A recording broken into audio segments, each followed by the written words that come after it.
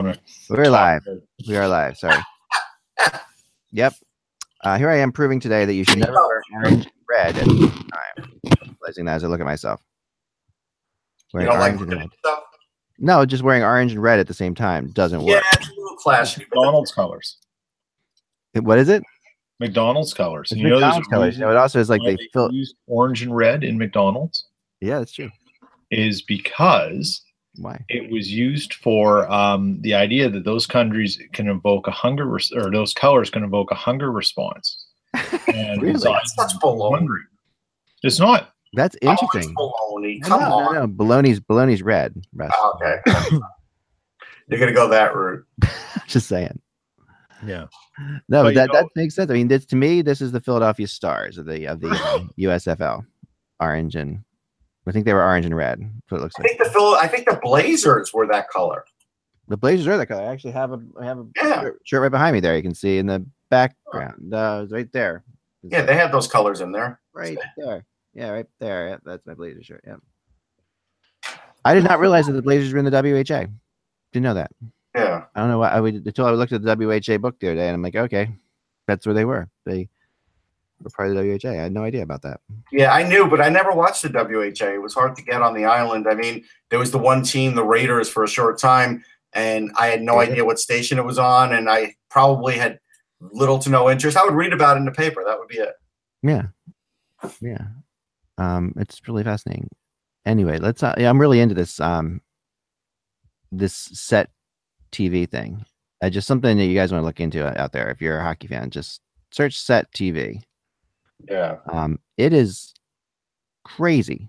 I mean, it is great for a hockey fan. It just gives you so many options and so much stuff to watch. And you can put it on all different kinds of devices. It doesn't go on, it's not an Apple, it doesn't go on the iPhone, but it does go on Android phones, but it goes on your laptop, which is like really, really useful. Yeah, that is useful. So yeah, it's crazy. So just look up Set TV. I definitely recommend it. You guys will thank me. I should have done like I should do a affiliate program with this thing if I trust it a little bit more. I'm gonna wait like a month to see how it flies out, but right now it's like really something. Anyway, all right, so let's get going because Mike will be joining us shortly. He's on the conference call with Lou Lamoriello. Lou Lamoriello is doing a conference call right now as we speak. Pete, who's he talking about? I don't know who he's talking about. I don't know what's going on with this call. I have no idea. No, I mean I just see the three of us. Isn't this? We're the guys who do the show all the time. Like, who are you talking about? Oh yeah. I've never seen him. Other guy. Yeah, he's not. Guy. I know. He has the record for the most appearances by far on the show. Oh yeah. Today he doesn't. He didn't start the show. He didn't start the show. His Iron Man streak just ended. His Iron Man streak has ended for now. I'm sure he will get here. He'll find a way. It's over. Done. All right. Let's get going here. Ready? I got this. So it's Monday, April 30th, correct? Yes, it is. We're not telling, but okay. Still, this is the last day of April. All right. It could be. Except for every 12 years where there's a 31st day. There you go. 30 days. Have September, April, June. Oh, I actually literally started saying that instead of the hockey. I did it yesterday. I did. I swear to God, I did. Still do it. I still really all it is alternating. Do you realize that every other month? I know, but only because I memorized that. Like, I don't want to even think about the alternating thing. I know. It's really strange. I know. I didn't realize till this year that they just alternate. I always had that thing, but I didn't realize. July and August both have 31. Okay, right. Oh, they don't. See, I was right. Never mind. I should have trusted my instincts. Yeah. Boy, my focus is weird. Sorry, it keeps focusing in on me and the microphone and different things. So I apologize. I have to stay focused, though. I will stay focused. I promise you. All right. Hello, Hockey World. It's Monday, April 30th, 2018. I'm Peter Tessier, happy with a split in Winnipeg. Yeah. I'm Russ Cohen from Sportsology. And I am Eklund. You're watching the HockeyBuzzcast on HockeyBuzz.com. This is the podcast that comes here Monday through Friday at this time or right hereabouts in the afternoon to fill you in on the comings and goings, or in the morning if you're out west, I guess. So in the comings and goings on the hockey world. And yes, I think we should start with last night's game. This series has been everything I think it's already been built up to me. I mean, it's just I stick by my feeling that these are the two best teams in hockey. And as I watch these teams play, it's really apparent. Like I'm watching last night, and my wife was getting all mad at Nashville. She's like, why aren't they trying hard enough? Why would they let them get back in it? I'm like, this team is really good. I'm like, this Jets team, you got to give the Jets credit for coming back on this one. This is not on the Preds. The Preds didn't play the perfect game. They got outshot for sure. But man, oh man, the Jets can just bring it. And Scheifele, this is Scheifele's. He's great, and obviously, you know, Peter, it sounds ridiculous to say, but to the rest of the hockey world, this is Scheifele's. They're really, people are going to know who Scheifele is at the end of this playoff run. He's going to be a superstar. You know what? And you know, people in Winnipeg have long known that and said that about Scheifele. And you know, small market, small Canadian market. He's just not going to get the coverage that other markets get and the press. But when you're the lone Canadian team standing, and the deeper you get, the bigger the series becomes, the more people are going to see him. And, you know, the Predators certainly know who he is. Anyone in the Central knows who he is. But I still hate that premise, though, Peter. I have to say, I still hate it that we always have to mention what Canadian teams are left. Like, why do we have to do that? You don't need to do it. Yeah, Canadians need to do it. That's the difference, right? That it's just a Canadian thing. That's really not a slight at anything to do with no, but it makes me in it. It's more of a Canadian thing because Canadians just kind of get all hopped up on it, and that's just the thing. Like, I don't root for, like, I have a team that I like. I don't root for any other American teams, and so, like, as a Canadian, like, if I'm I don't know who of the 6 Canadian teams is the true rival or closest rival to Winnipeg? Of the 6? Yeah. It's probably Toronto. Okay. So, like, all of a sudden, if I'm a Leafs fan, that means I'm going to root for the Winnipeg Jets? Hell no. No.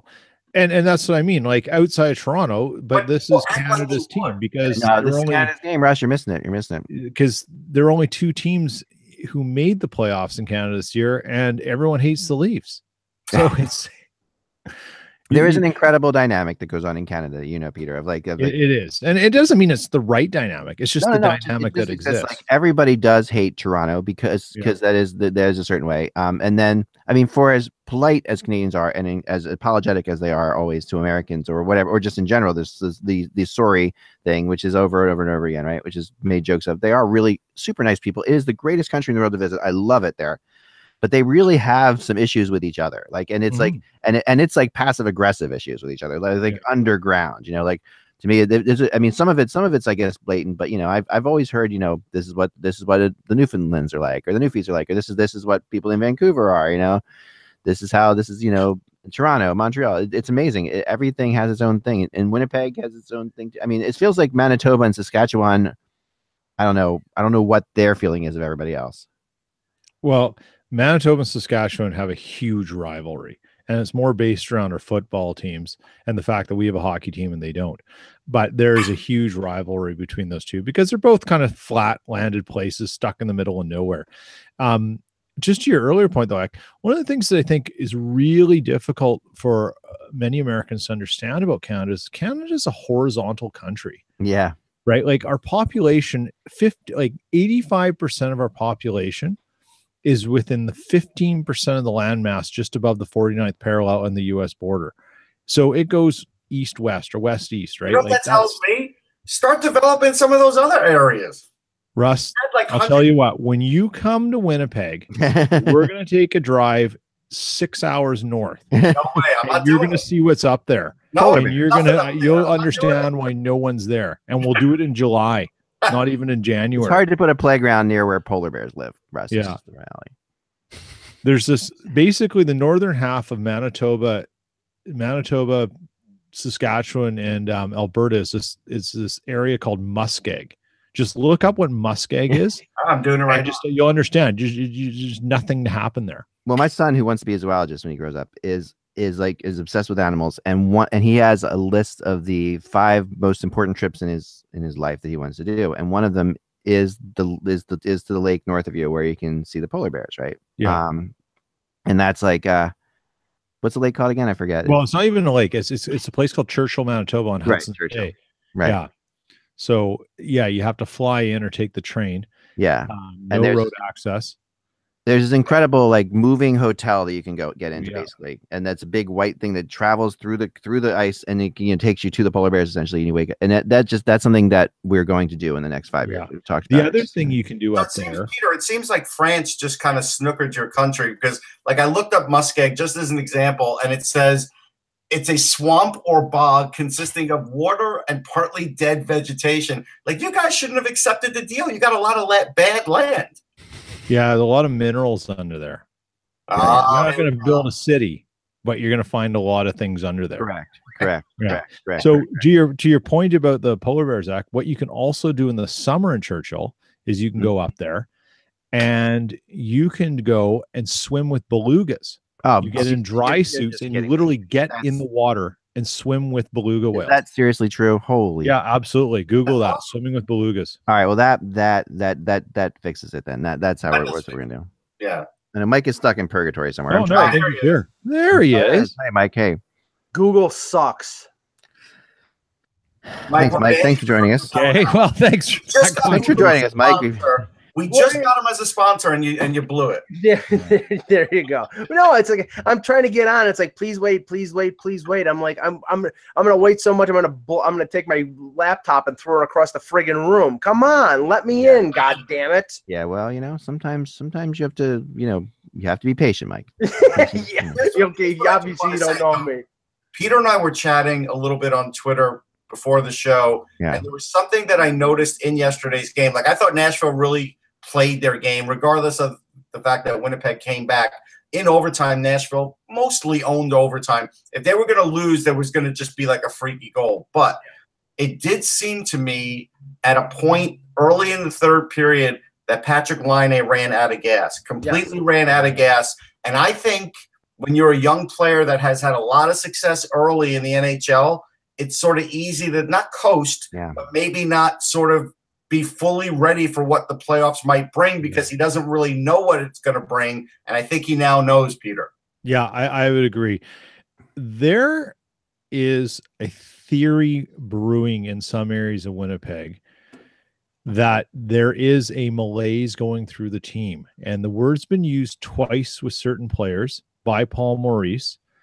And it's never really been asked about, because the first time it was used, it was believed that it referenced maybe a self-induced malaise.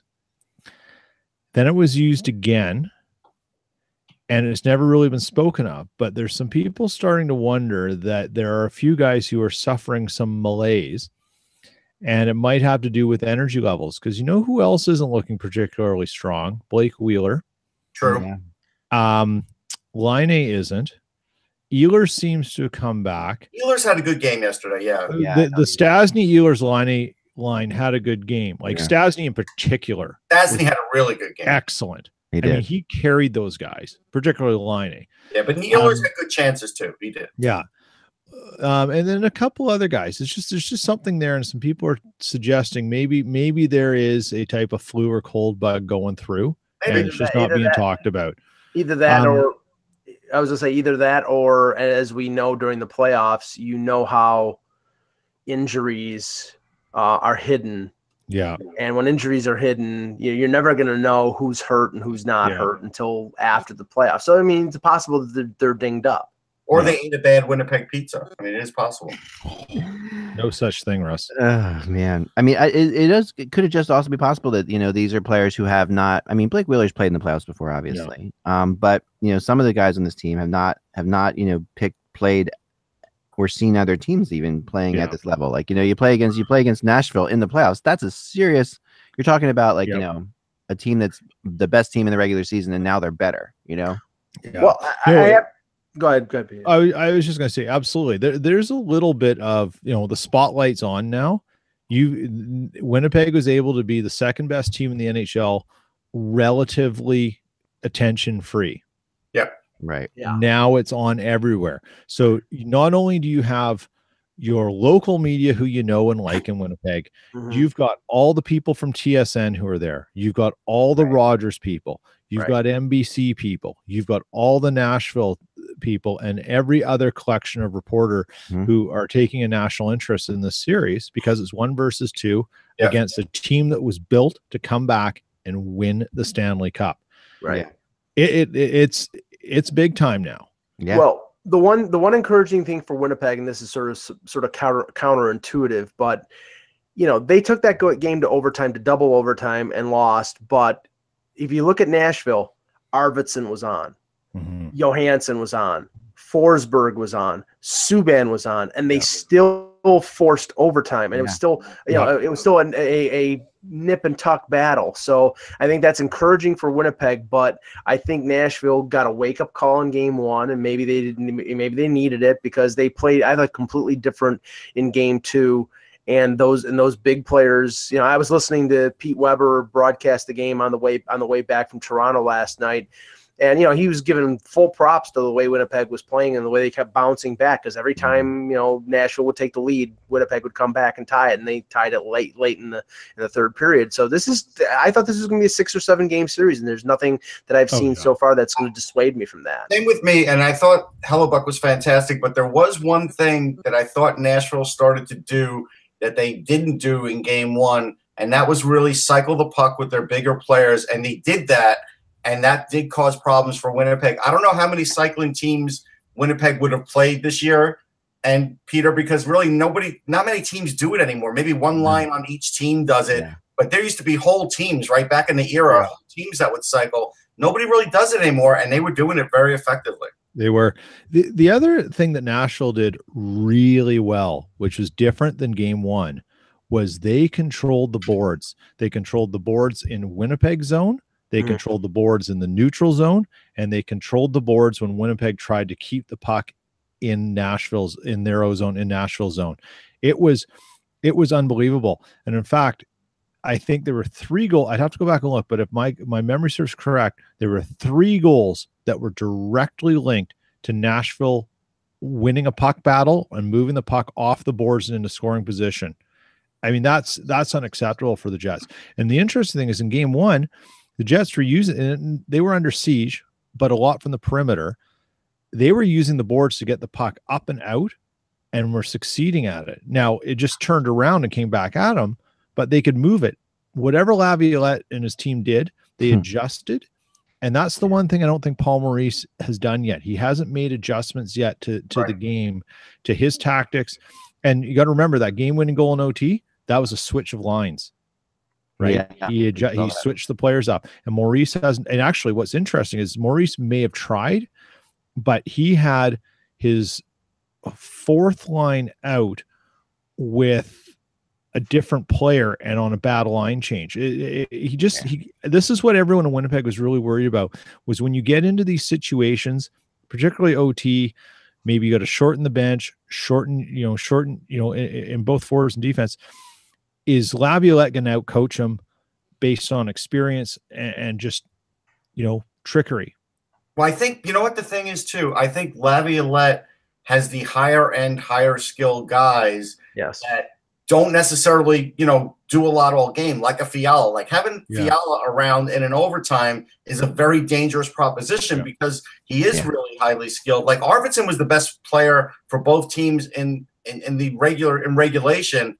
But then all of a sudden, when you get to overtime, it's those guys that are really high end that are scary. And that's where I think Nashville does have a little bit higher skill level, a little bit. Just experience. Yeah. I mean, experience. And then one thing, and, I don't think it's out coaching. I think it's more like more a matter of him trying to keep it a little bit more simple for players who are going through this for the first time. I think that what happens, basically here, when you have Laviolette, he can do whatever he wants now because these guys trust him. They've been through a playoff run. They've been through all this before. But yeah, I think that when you have a young team, you want them to keep it simple as much as you can, and you want them to play with people they're used to playing with. And it's harder to make those adjustments. I think you have to at some point. Like, if you're losing the series, you do have to make those adjustments. But as long as you're ahead or even, I think he's going to try to keep it simple, keep with what he's doing. It makes sense. It's sort of what his history would show you that they would do. I mean, look at it this way, though. If you're Winnipeg, if you're Paul Maurice, Kevin Cheveldayoff, and owner Mark Chipman, if someone told you on Wednesday that you could go to Nashville, win the first game, and force double OT in the second and come back with a split, right, you'd have taken that and not even gone. Yeah, that's how good a result this was, actually, and particularly the way that they tied it up.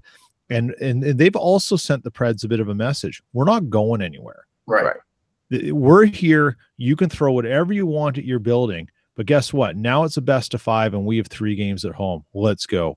Right. And they have the best home record in the NHL. You know who had the second best home record in the NHL? The Minnesota Wild. Right. So it's game on, and you know that's the message they needed to send. I mean, all we can hope for is 5 more games, really. I know. No, it's amazing. What we can hope for. It's really pretty amazing. I had to show you this, guys, from last night. This was really something. So this is Todd. Oh, that was the cat. Todd Lewin. Okay, who's a oh yeah, I know him. Musician, right? In Nashville, in the stadium, drinks beer out of the mouth of a giant catfish, and then shotguns. Oh, I saw that. That was disgusting. Shotguns multiple beer. No, please don't show it. Please. Oh, come on, you got it. This is like, no, it's gross. It's completely gross. You know, it's like the guy in Philadelphia who ate horse crap off the street. Quite that. It's pretty close. Please. No, I mean, catfish are lovely animals. You know what? We have a tradition in Canada and in Newfoundland. We kiss cod. I mean, things happen. Yeah, but you don't French kiss. Couple drinks, cold Canadian nights, things happen. You know what? You could get really sick from that, depending on how well that fish was cleaned. Like you could definitely catch something. Oh, there's no question. That's why it's so epic. I mean, he's going for it. No, I know it's not epic. It's you got to take a chance. It's stupid. You don't have to take a chance. You could just walk in. You have a ticket. Go see the game and buy sterilized beer or alcohol. Yeah. Okay, so right. can we talk about? Let's talk about Lou Lamoriello, Mike, because you just got out of this. Oh, okay. Yeah. Well, it was a little bit of a surprise because a lot of people thought that Lou might stick around for another year with all the contracts of Matthews, Marner, Nylander on the plate. You know, the Leafs are, I think, in a transition point now. But Brendan Shanahan indicated on the conference call that. I mean, it sounded like it was a mutual decision, but, Lamoriello indicated he is intent on honoring the contract regarding the being a senior advisor. I'm skeptical of that. I mean, I think that if he gets an offer of a position someplace else where he has some control and power, that, I don't think the Leafs would prevent him from going, but it sounds like as of right now, there's nothing on his plate and he's content to, be an advisor to, and one other thing that Shanahan would not indicate whether he was going to pursue any GM candidates outside the organization. The assumption has been it's either going to be Kyle Dubas or Mark Hunter, but as Russ pointed out, it sounds like it's the sort of the corporate model of making sure that you're not limiting yourself to outside candidates before you come back. And what they always do is they'll interview outside candidates and then come back to the internal candidate always. Yep. So, and I think it's going to be one of those two. But classic corporate search. Your corporate. Yeah, but I mean, you can't dispute the success of the organization under Lamoriello. He's provided stability. I mean, remember, this was a train wreck. This was a show, a cluster for years and years on end. And he came into the organization along with Shanahan. Shanahan brings in Babcock, and now you have a structure and you have a team that's on a positive track. And I don't think that they would have been on such a positive track if Lou wasn't there. Now, that being said, I think that he, in certain instances, has limited the organization in terms of going out and making a big splash where maybe he thought it was too risky.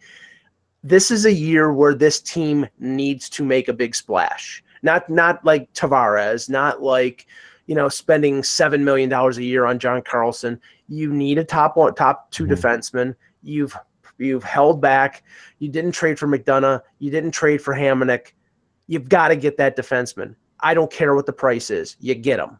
And that's what I think, I'm not saying that Dubas or Hunter will do that, but I think there's more of a likelihood that this organization will take a little bit of a risk and go out and get that player rather than, I would say, being patient and waiting for, young prospects to come through.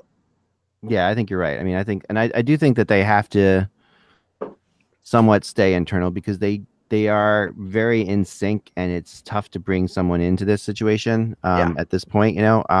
I believe everything Lou said. Like, I don't think he's going to go anywhere else. I actually, Lou is pretty darn honest when it comes to stuff like this. Right. Yeah, Well, all I can say is this. Like in the for now, it could change. Of course, right. In the conference call, he said, I intend to honor my agreement, but he didn't close the door. So if somebody knocks on the door and says, I want you to be the GM or I want you to be the team president and have some control, I think he would consider that, and there was nothing to indicate that Brendan Shanahan would prevent him from doing that. But all being said, it sounds like right now his intent is to stay part of this management team as an advisor. But I don't know how much input. Yeah, I don't know how much input he's going to have because whoever they hire, they're going to want to go in their own direction.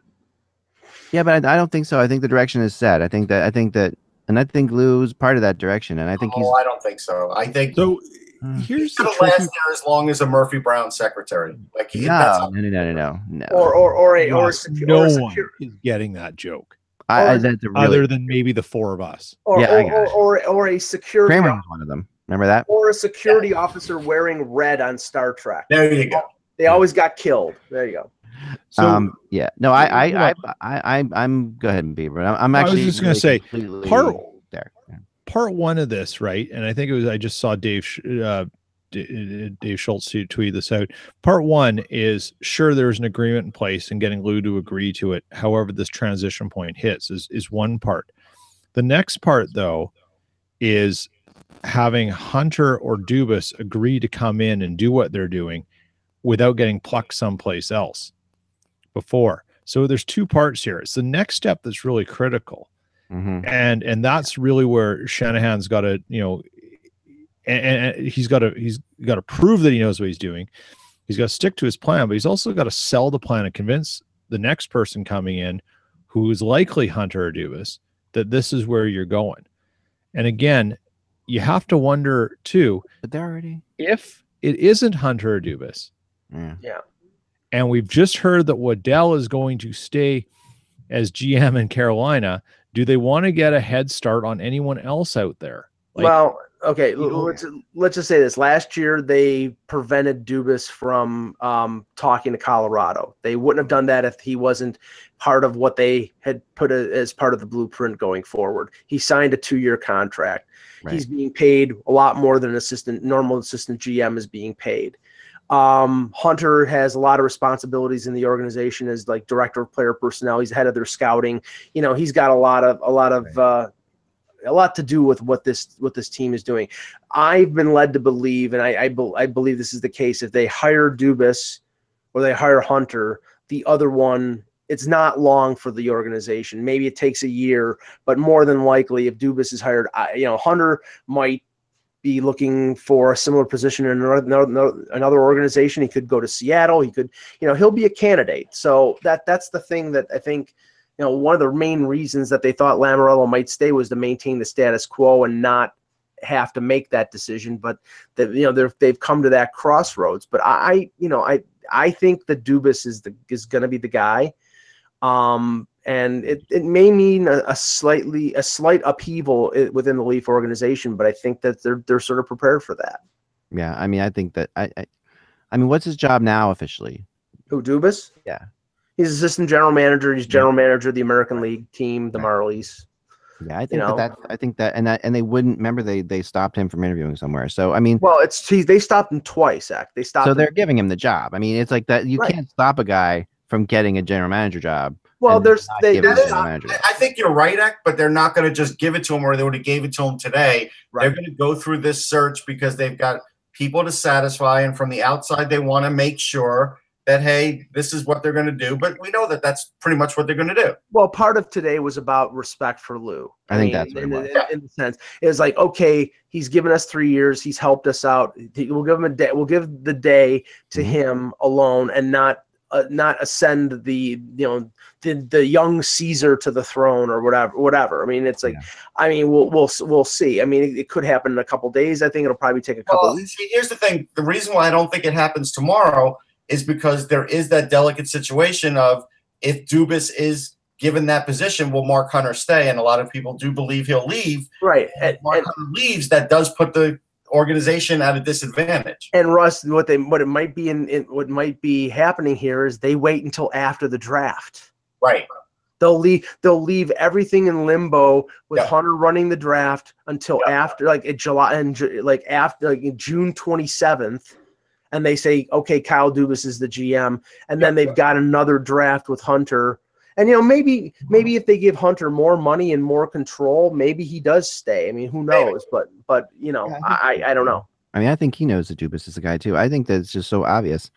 If you know anything about Mark Hunter, acquiescing, saying that he knows Dubas is the guy isn't part of Mark Hunter. Right. Yeah. Well, I mean, it's a group project, right? So it's kind of a weird GM job, I think, in general. I mean, Lou, it was weird with Lou. I mean, you have Shanahan's basically the GM, and to me, it's like Lou was undeniable. Like, here's the thing: with Lou, it was undeniable, whereas a Hunter or a Dubas can't really complain about it, so they wait it out. Yeah. Now the next guy, it's just like you going for a promotion, or Peter going for a promotion, or me going for a promotion, and the guy next to me gets the promotion, and I'm like, you know what? Yeah. I'm just as qualified, if not more. I'm leaving. You can't dispute Lamoriello's gravitas when it comes to. Oh, I know. And that's the thing. It's like those two people say, okay, well, I can take orders from Lou because he's a Hall of Famer. He's won Stanley Cups. He's that's a great manager. I'm not saying that Dubas or Hunter won't be, but I'm saying they don't have the gravitas because they've never been general managers in the NHL. So that's why I think, there'll be some skepticism of how long their future is in the Leafs organization if one is chosen over the other, because then the other one says, okay, well, now I've got to go my own way. But I think there's a possibility that they wait until after the draft. Yeah, maybe. I mean, I don't know. I don't think they will because I think you're right about today is obviously the day for Lou. And in Toronto, you don't want that distraction. If you're in Toronto, like if you let it hang on, you really want to just solve this right away. If you're Toronto, officially a distraction just by not naming one today. It doesn't matter. It's Toronto. How long you don't want that stretching into the draft. This has been good, but this has been going on for a year. Correct. And Lou Lamoriello, and I checked with somebody. You know how many media availabilities Lou Lamoriello had in talking about answering questions in front of the media for the entire year? I believe it was 3. I was going to say 3, yeah. The opening of training camp, after the deadline, and last Friday. That was it. He did radio interviews. He did conference calls, but 3 times. So they can wait. They can wait a couple months. There'll be questions, but that'll just be good fodder for radio and newspapers. The problem is you've got other GM jobs out there right now, and you haven't let Dubas take. They'll block them. They'll say we can't have block them both of them. They're not. Have they blocked Hunter? Yes, no. I don't think anybody's ever contacted them about Hunter, but they blocked Dubas, and they have them both under contract. While they're considering both of them, they can block. How it works is, I mean, they have to make a decision. They owe it to those guys because, I mean, Hunter, if you're right, I mean, he could still go for Carolina. He could still go for Minnesota. Those jobs are still out there. Well, nobody wants Carolina based on what's going on lately. Well, I know. Elliot Friedman did report that right now the search has been stalled. I know it's totally, and I actually know a couple. I know they offered a job to somebody that I know, and they said no, and there are more. It has gotten to the point in Carolina where people are really just simply saying no, and that is crazy. But I don't know. We'll see how this plays out. I do think this. But here's the point, Ek. With all that happening, they probably don't have they will not fill the spot by July 1st. So if a Mark Hunter wants the job on July 1st, he probably could still get it. Right, in Carolina, but in Carolina, because basically Elliot Friedman said Don Waddell is going to be the face at the draft. So that's it. I mean, that's yeah, and I think Minnesota's down to like 2 or 3 people. So I think that'll get done soon too. But yeah, it's a fascinating situation for sure. Needless to say, I'll be writing about this every other day on Hockey Buzz. Right, which is what they really don't need. They really don't want that because they until this is, especially when it would be different if you had a guy you hadn't denied going for jobs. But I mean, the fact that if I'm Dubas and they wait till the draft, I'm really pissed off because in the end, he gets if that's the case, if that's the price he has to pay to get the job, I don't think he won't be that bad. Yeah, he won't be that But pissed. If he has to wait till then, why don't they just give it to him now? I mean, what's the point of that? You know, for the reason we just said. If you know, we don't know if it's 100% determined that Dubas has the job. But what if 3 board members say we want to see what's out there? Then Brendan Shanahan has to see what's out there. Right. And if they're concerned about, okay, we don't want Mark Hunter taking all of his, leaving before the draft, because that's where he has had his success with the Leafs. Mm-hmm. If they say, okay, well, we haven't made a decision yet, or maybe they have and they just don't want to let it go, then they want Hunter to do his magic in Dallas for those 2 days, make those picks, and then they'll make their decision. And if then he just, if it's Dubas and he says, okay, well, I need to go, well, at least they got the draft done. Now there's not, now they don't know, like if they do it before, he may want to leave before the draft, and then, I guess. Isn't there another step here too that's going to give a key that if Dubas is running the AHL team, yes, and he's a candidate, aren't we going to see some change there as well? And it wouldn't that sort of give us an inkling that if you're chasing some rumors around this, aren't we going to pick something up out of the AHL about who would come in and manage that and hear about that too? It's ironic that you mentioned that, Peter, because Lamoriello on Friday was asked about Sheldon Keefe, who's the Marlies coach who led them to the AHL's best record. He's had a lot of success over the last 3. I think he's been there for 3 years. Right. And how he might be in the mix for a number of NHL coaching positions, and Lou didn't want to touch it. Now, maybe Lou didn't want to touch it because he knew he was going to be out, and it's not going to be something he's going to be concerned about. It's going to be a concern for Kyle Dubas. And the thing is that Sheldon Keefe is Marlies' coach because of Kyle Dubas, because they work together in Sault Ste. Marie. So does that mean that, Sheldon Keefe sticks around the Maple Leafs and becomes an assistant to Babcock, or does he go his own way and takes an NHL job? I think he'll take an NHL job if he can get it. Look, it's pretty obvious that whichever way they go, the Leafs are going to lose some people in the outcome. They will. Yes. Not everybody is going to stay. There are going to be some people, if Hunter goes, that they will go with Hunter. If there's, there will be other people that go in the organization. There's no question about it. Yeah. I was gonna say let's move on to, because this really irked me last night, and seeing the I know Washington was in control of that game for most of the game. They won it 4-1, but seeing the picture like the online of the puck over the goal line, and it was over the goal line. Don't give me this crap about it being the angle over the goal. It was over the goal line. You saw white in between the puck and the red line. Right. And I'm like, why was this wave no goal? I mean, where was the really patient look? Where was the patient look at the video? This is what I mean. Yeah, I disputed, and I don't know if anybody was up this late watching this. I disputed that Vegas goal. That should have been. I thought that should have been a goal, the overtime goal, because the San Jose defenseman pushed the Vegas forward into Martin Jones. That one was interesting, and we'll talk about that briefly before we go to the other one, because they're both are along the same lines, right? You're right, Mike. But the one in Vegas. So when it happened, I was watching it live, and I put out on Twitter to people, do you think this is going to be interference? Do you think this? And it did like a Twitter poll. And at that time of night, about 75% said, yeah, it's going to be goaltender interference. It's going to get called back, right? And which it did. And I kind of thought it was too. But I only thought it was because of what's been called interference lately. Sure. So then the next day I put out an actual poll saying, okay, now we know 75% of you thought it was going to be interference, but how many of you really think it was goaltender interference, just based on your own perception of what interfering with a goalie is, And it was 50-50, so people were like, so that fact that there's a 25% discrepancy there between what people actually think is goaltender interference and what the NHL is calling goaltender interference is this is the thing, and this is the tactic, and I knew this was going to happen, and we could predict it, that in these situations, especially in the playoffs, you're going to have defensemen who are purposely going to push players towards the goaltenders, and it endangers the goalies. And it creates more controversy. And when everything is convoluted, there's a possibility that a goal that should have counted shouldn't count. And I have to say about the other thing, give me a frigging break that Tom Wilson doesn't get a game suspension for a clear elbow to the head. on Dumoulin. I mean, if you're giving Morrissey a game, if you're giving Doughty a game, if you're giving Kadri 3 games, how in the hell are you not giving Tom Wilson? That was a blatant elbow to the head, and I have no stake in this. I don't root for either team. 3 things now. So the first one I want to answer is the goal over the puck over the goal line.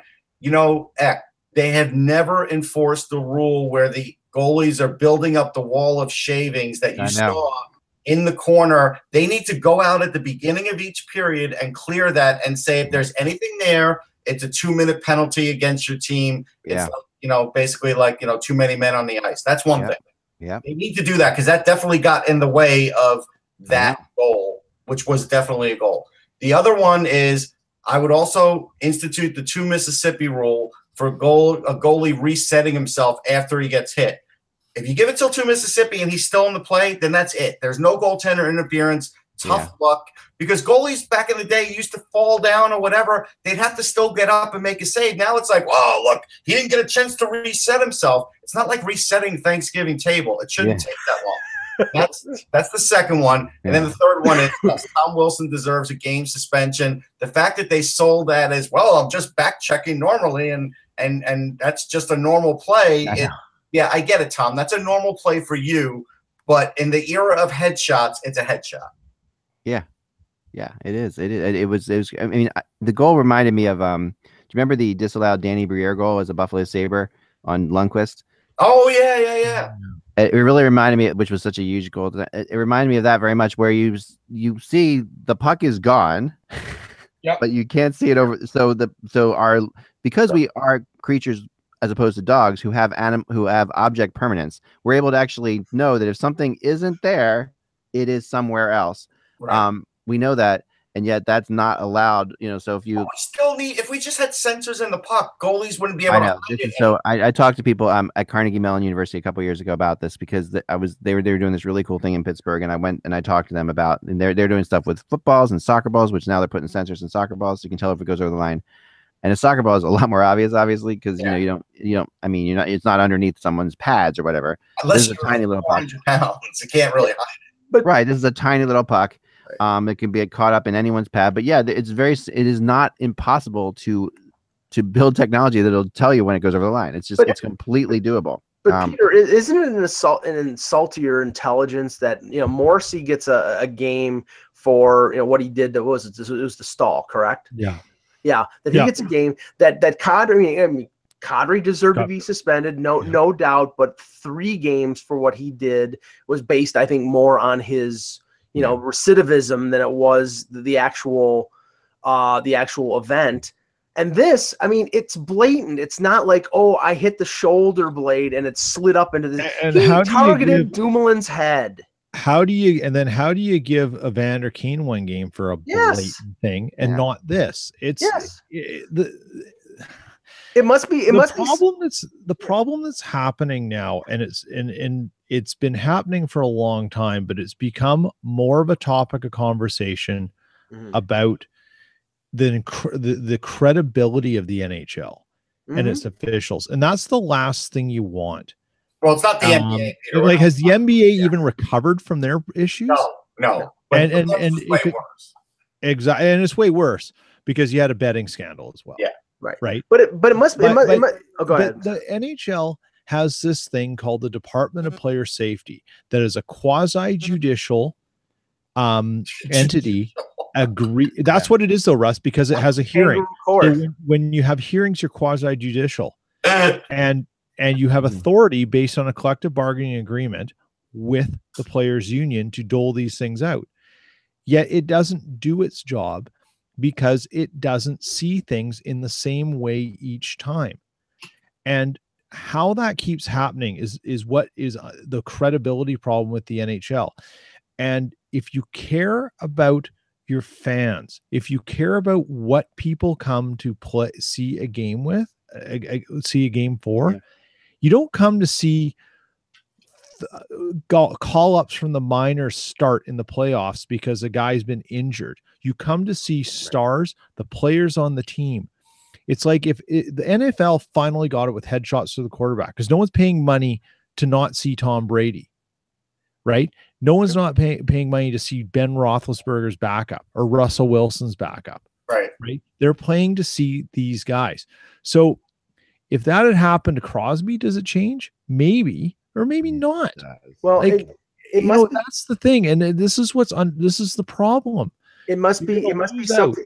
It must be something with the magic elbow there, Peter, because I thought David Backes's elbow to Frederick Anderson's chopper, right on the jaw in Game 6 was a suspendable offense based on everything else that had occurred before. Mm-hmm. That didn't even merit a hearing or even a fine. Yeah. Wilson elbows Dumoulin. Dumoulin is probably, they say he may be out for Game 3. Maybe that was a little bit of chicanery just to see if they could get him suspended. But if he's out for Game 3, then it's not. And if that's the case, I mean, I guess the precedent's been set. Go out and hit anybody with your elbow. You're not going to get suspended. Since they have to go to Toronto to look at it anyhow, in Toronto, they should have a red phone, and the red phone, you pick it up when there's a problem like this, and it instantly dials Snoop Dogg. Since Snoop Dogg is teaching us the rules anyhow in the arena, and just ask Snoop, was that interference or not? And yippee-o-yippee-o. We should ask this. Oh my God. Could you imagine if it went to a video camera and there's Snoop and that's what the verdict was? Yeah, that would be great. I mean, it would be just as consistent. Okay, so, I think so. That's why that's my. I honestly thought that Ryan Ellis deserved a suspension last night for the hit at the end of the second period. The cross check at the end of the second period, that was a penalty. And everybody for everything. I mean, no, but didn't you think so? I mean, here's the thing. Doc Emmerich said something very funny when Doc Emmerich realized that you can't suspend everybody for everything. He said, this is a dangerous game. That's. No, for sure, and that was there were some. I mean, gosh, the Scheifele Subban battles last night were amazing. Oh. That's why he said that. That was his way of saying, "I'm done with this. This is a dangerous game. I'm moving on." Because it's it's hard to call that when you see all that going on. That was the most engaged I've ever seen Subban as a Predator. In that game last night, he was a leader. He was, and he was he was doing all of his stuff. Like there were certain things. He built that goal. That's one way of describing him. Now, if you want the Winnipeg version, I know. Well, hold on though. Then the Winnipeg version is they did give him a cheap shot, and he was wincing on the bench. There is that version too. That looked. Oh, you mean the one that he fell to the ground like Cristiano Ronaldo, and then managed to get up, looked at the ref, gasping for pain. I was waiting for the update from Nashville General Hospital about if Subban was going to be able to continue his career. No, he was played it out. Was that at the end of the period? They went to him at the end of the period. He's walking off the ice, and he's still doing it. He's still. Was that a 5.75 or a 5.8, Greg Louganis? It wasn't a dive. It was a really interesting. I don't know. It was weird. It wasn't embellishment. A dive. It was just a knee thing. It was really strange. Yeah. It's funny because you got to see what he did right before that. I mean, look. Oh yeah, I know. Right, like it's just part of the game, and I don't begrudge him anything. He could have killed somebody if he connected right before that on the check. He tried to throw. He missed it. Yeah.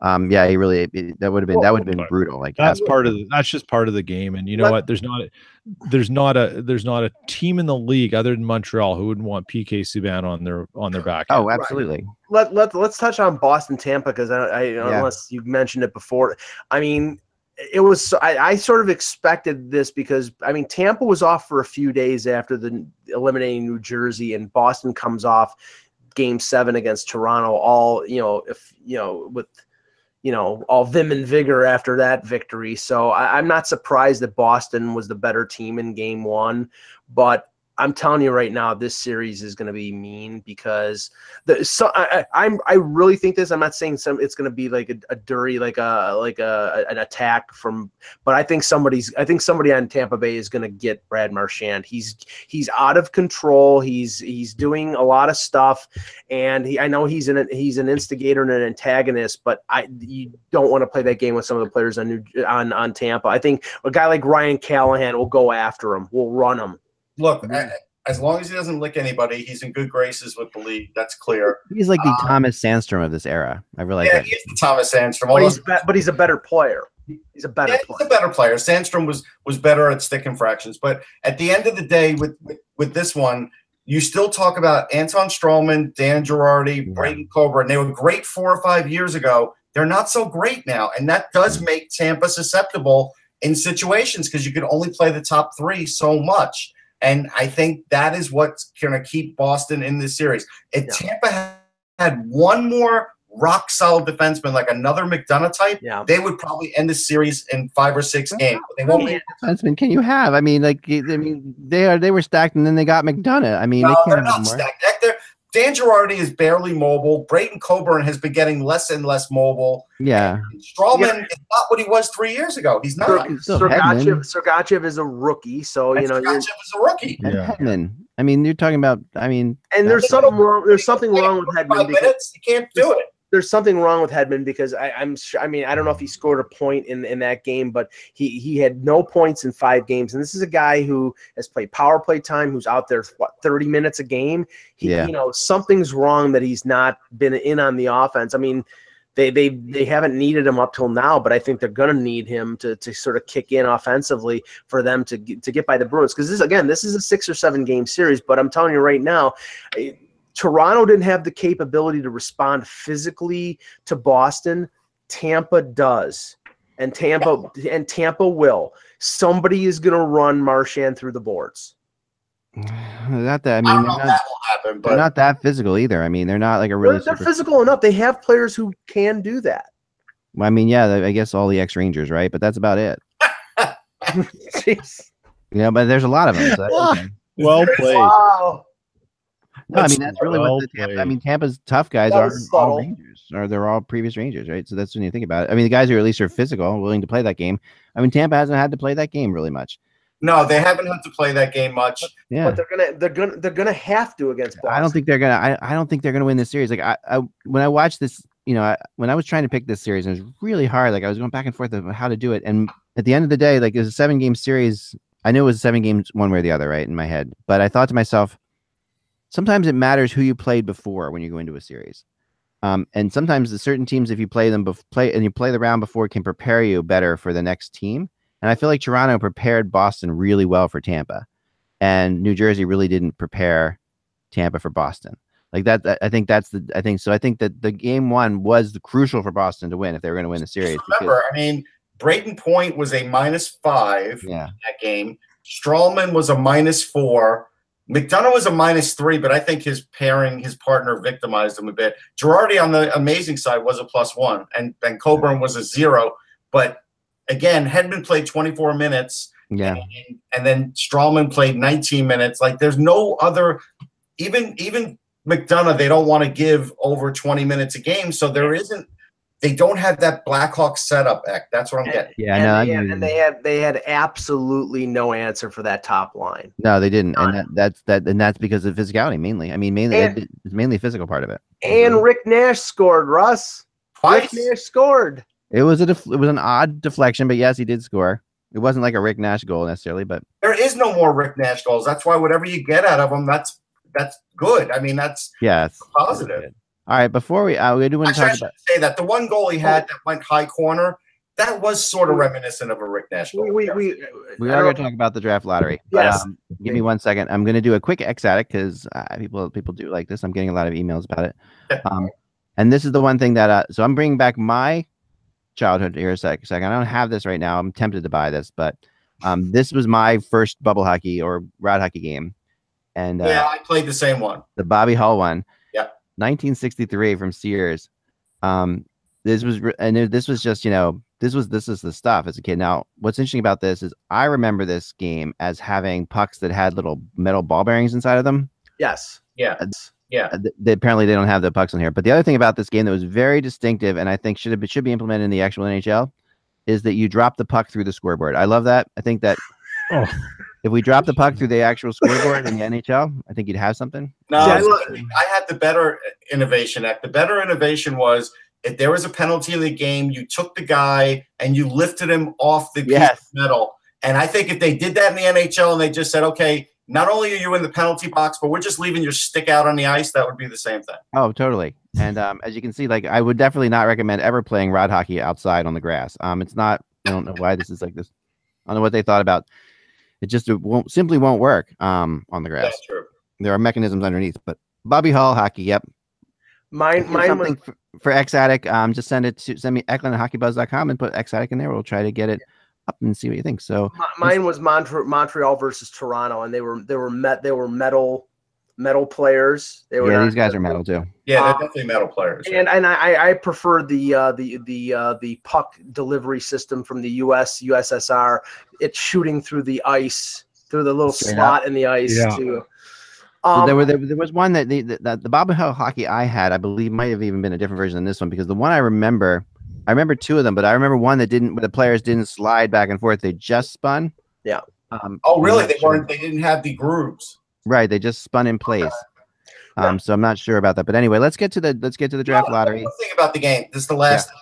They really should have done something to make. They really hated the goalie. Like, I don't know, maybe Bobby Hall hated goalies, because I used to always want to be like. It's hard enough to run the whole game, but to actually make a save in that game, you had to be like Olympic style reflexes to do it. Along that line, I got to say something though. For a while, I was testing a thing called magnetic hockey. That was put together by a kid in North Jersey and his father, and they built this really cool. They got a patent on everything like that, and I had one here that was only it had no grooves, but it had two players that you controlled, so one with each hand on the ice, and they could go anywhere. They were magnetic underneath, so they could slide either way. And one of the things they patented, which was the coolest thing for the goalie, was a foot controller. That you actually, so this whole thing was standing up. So the goalie, you would actually slide your foot back and forth to move the goalie. Wow. Incredibly intense, really good. I mean, they never got off the ground with it, as far as I know. Sounds like an aerobic workout.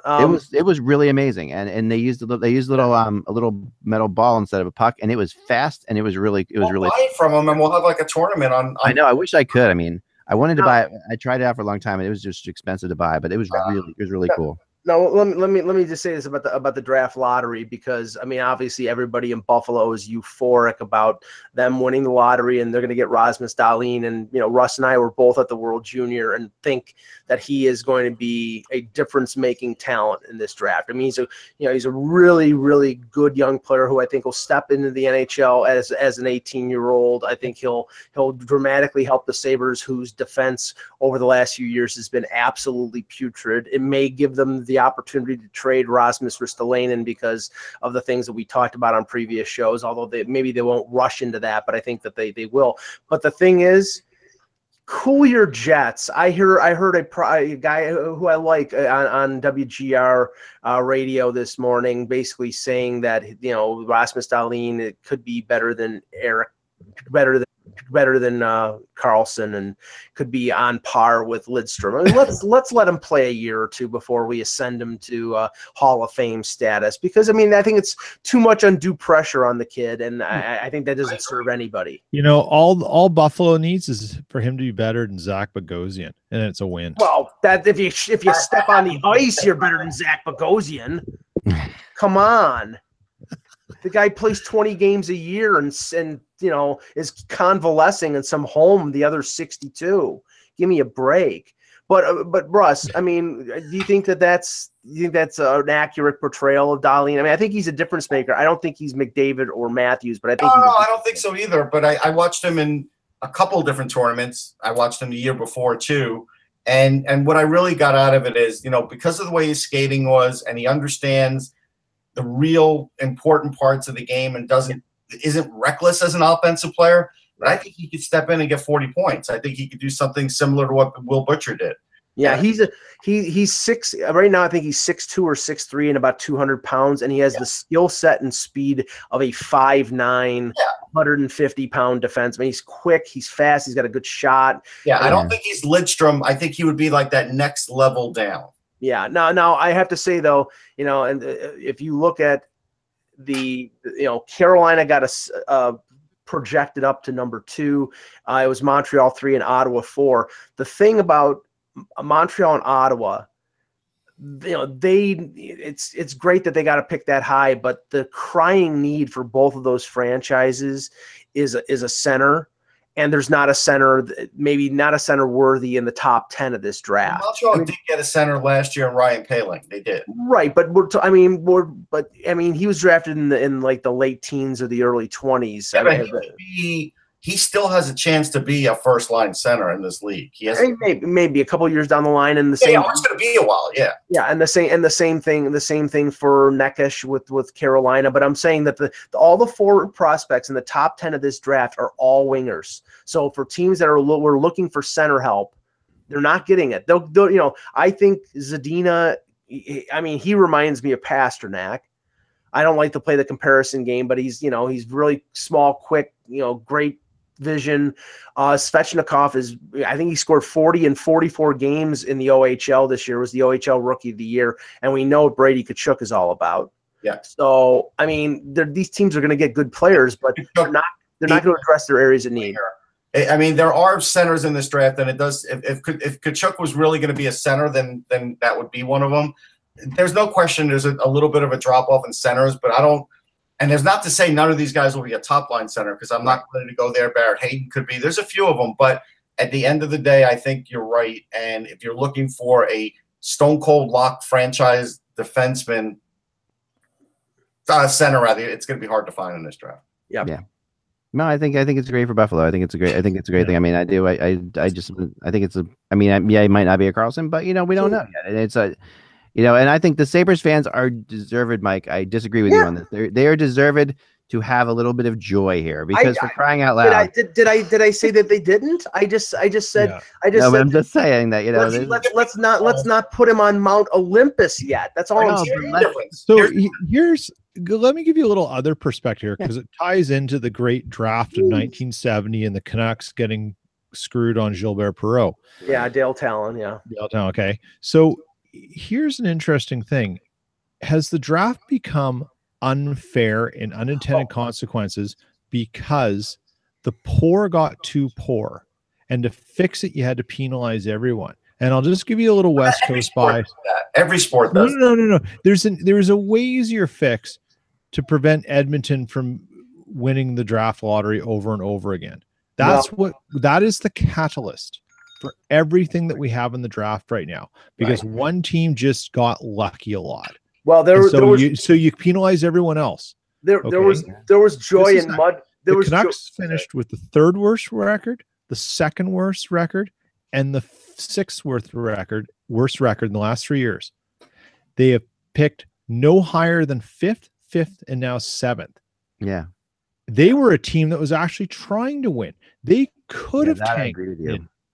And so you go back to the idea of the gold rule. The team that has the most wins after the trade deadline, who's out of the playoffs, gets first pick, or you eliminate repeat first pick teams. So Buffalo won it 2 years ago. You can't win. I'm with you. That's what I proposed. No, that's what I'm saying. But they're not going to do it. I think the Canucks should have just sent Sharkey to the draft, but they're not allowed to do that.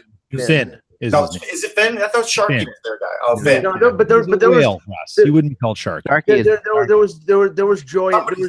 There was joy in Mudville when the Oilers were, their pick came up, and I have to say this, NHL, would you please stop with trying to pump up the drama and splitting it up and having to wait 2 periods. I think that's NBC driven. I do. You think it was? Because I think it was total crap. I mean, first period, fine. Have it after Don Cherry and have it then, but to have to wait till the second period for the final 3, it's just ridiculous. They got more ratings out of it, I'm sure. Yeah, it is a lot. I agree with Mike on that one. I mean, I'm not a draft guy so as much as a lot of people are. So, but I know you're saying that, and you are a draft person. So that is kind of interesting. So we got to get out of here. But I do want to show one thing before we go, because I got a couple people texting me they wanted to see us. So check this out. Okay, so this is the magnetic hockey I was talking about. I'll show you real fast here. This is really neat. You're gonna like this. There's a magnetic bird in the corner there too. Here it comes. No, I know this is This is the concept. So this is what the game we're looking at. I forgot there was 3 players on 3 people on a side. So you have 3 guys basically, and but you'll get a chance to see the goalie thing that I was talking about here, which is really like I thought the coolest thing that they had going was this. That you have like your foot goes down like that. Oh my! Isn't that cool? Wow, isn't that cool? Awesome. So like, I really thought I think that's amazing, and Wow. You know, I've you know, definitely. So to see how you can go around the puck. This is magnetic. It's pretty neat. Like the way they. You know, the guy who was they were showing at the beginning, Ick, he looks like a guy. There's a series on Netflix where it takes place in a school, right? The show, and I don't remember the name of it. And somebody graffitis on a picture of a, you know, like a you know what and balls on a bunch of teachers on a bunch of teachers' cars, and the guy who plays the lead looks like that guy. It's like this guy. Yeah, he's the inventor. And what he's showing here is that you can actually take the other team off in practice. It's pretty fun. Yeah, the problem is that my arthritic ankle would not react well. Oh my God! Then Mike, don't ever play. Oh my arthritic this. Yeah. Come on. But you know what? You could actually have hits in this. That's pretty cool. You could collide. You did collide, and it was pretty neat. I mean, it really is pretty awesome. And you know, the board was sort of squarish, which is kind of cool because it has like a different feel to it. And they also do a soccer version of it, like which is of course the same kind of thing. But yeah, this is really. I mean, I would love to own one of these. I had one in my house for about 4 months. It was really cool. Anyway, I just want to show you guys that, and it's magnetic.com if you're interested, and if someone out there wants to get it, because I think someone out there should. It's really cool. Magnetic table game stuff. His name is Jimmy Tatro. Tatro. Okay. Cool, excellent. Well, that's it for today, guys. Enjoy the game tonight. Remember, without the buzz, it is just hockey. We will find out tonight what Tampa's all about. We'll talk to you soon.